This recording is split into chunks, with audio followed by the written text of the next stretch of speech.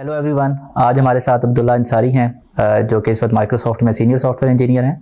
उन्होंने 2 साल पहले सेल्सफोर्स में भी जॉब की है, लेकिन इस वक्त माइक्रोसॉफ्ट को सर्व कर रहे हैं। जी अब्दुल्ला, वेलकम टू डेवजिंक। Thank you Asif, it's an honour to be here यार। प्लेयर अब्दुल्ला, आप बताते हैं अभी तक आपका जो प्रोफेशनल जर्नी रहा है अभी तक, जो आपने 10 साल गुजारे हैं, कैसे गुजरे हैं आपके? जी हाँ यार, मैं 10 साल से टेक फील्ड में हूँ और मैंने 2012 में ग्रेजुएट किया था फास्ट यूनिवर्सिटी से। वहाँ से after graduation directly I join Microsoft US में और मैंने 4 साल वहाँ काम किया। Then I move to Salesforce for a couple of years और अब 2019 से मैं दोबारा माइक्रोसॉफ्ट में ही काम कर रहा हूँ। जी ग्रेट।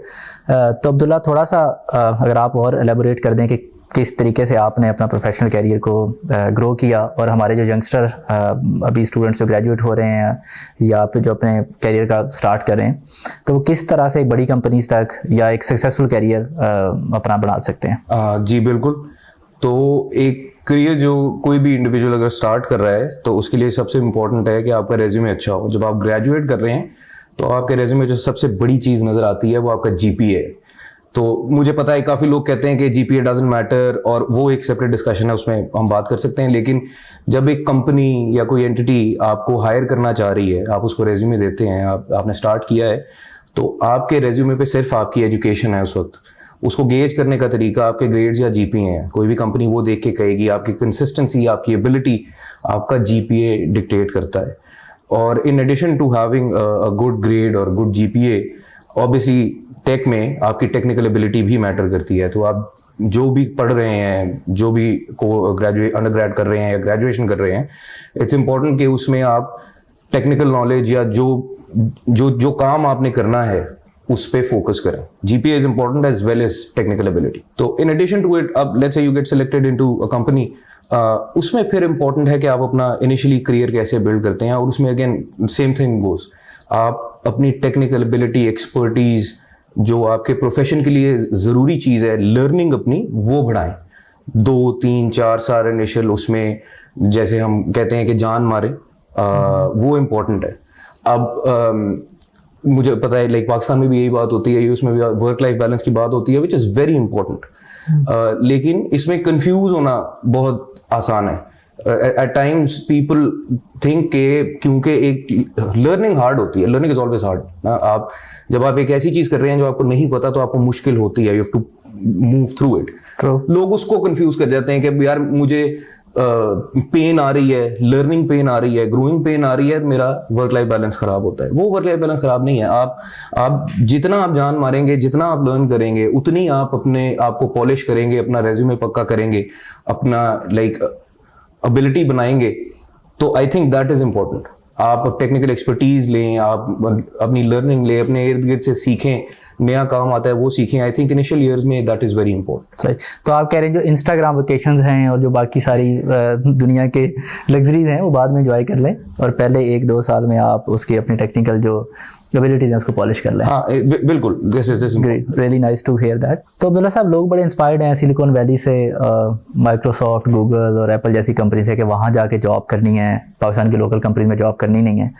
तो इस पे भी थोड़ी बात कर लेते हैं कि क्या वहाँ पे ग्रोथ बहुत ज़्यादा होती है या किन चीज़ों को देख के होती है जो पाकिस्तान में नहीं हो रही है, ताकि थोड़ा कंपैरिजन हो जाए, लोगों को समझना आसान हो जाए कि किस तरफ उन्होंने लोकल कंपनी में काम करना है, इंटरनेशनली करना है, और ग्रोथ चांसेस कहाँ पे ज़्यादा है?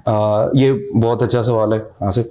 तो इसमें मैं ये कहूँगा कि यार आपकी ग्रोथ जो है ना, वो उसके बहुत फैक्टर्स होते हैं। और आपने पूछा कि हाँ, जो बड़ी कंपनीज हैं या यूएस बेस्ड कंपनीज हैं, पाकिस्तान बेस्ड कंपनीज हैं, ग्रोथ कैसे होगी?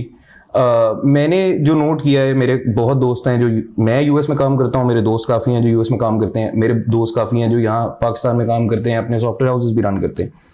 ग्रोथ का फैक्टर टेक कंपनीज का मोर और लेस सेम होता है। आपने अगर अपनी ग्रोथ देखनी है ना, तो यू शुड फॉलो के what can you provide to the company and create an importance for the company. Like आपकी ग्रोथ जब तब होगी जब आप you are benefiting. Like अगर मैं अपनी बात करूं, over my career मेरी ग्रोथ हुई है क्योंकि I had something to offer.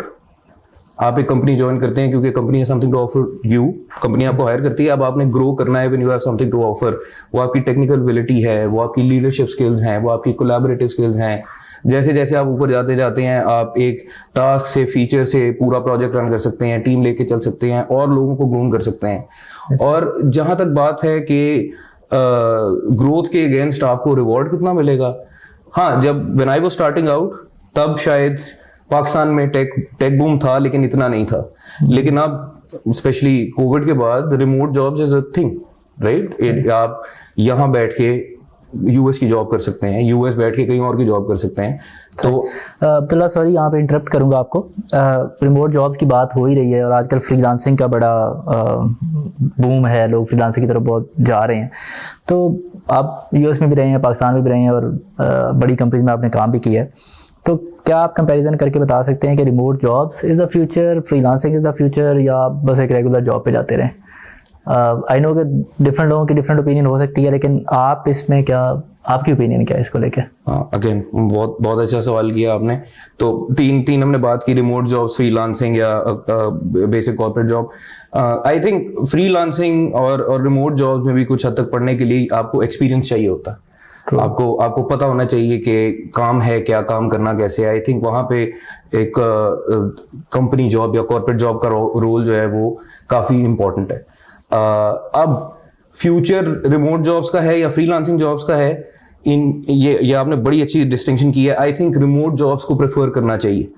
Remote jobs आप लेके आ रहे हैं, राइट, वो उसमें स्टेबिलिटी थोड़ी ज्यादा हो सकती है, आप डायरेक्ट कंपनी के साथ इन टच हैं, your proper employ.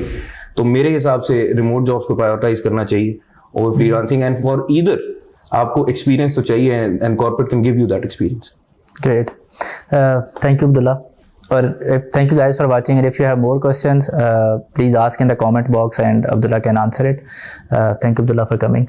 Yeah, thank you, and definitely if you have more questions I'm happy to answer them. Thank you so much for having me. You're welcome.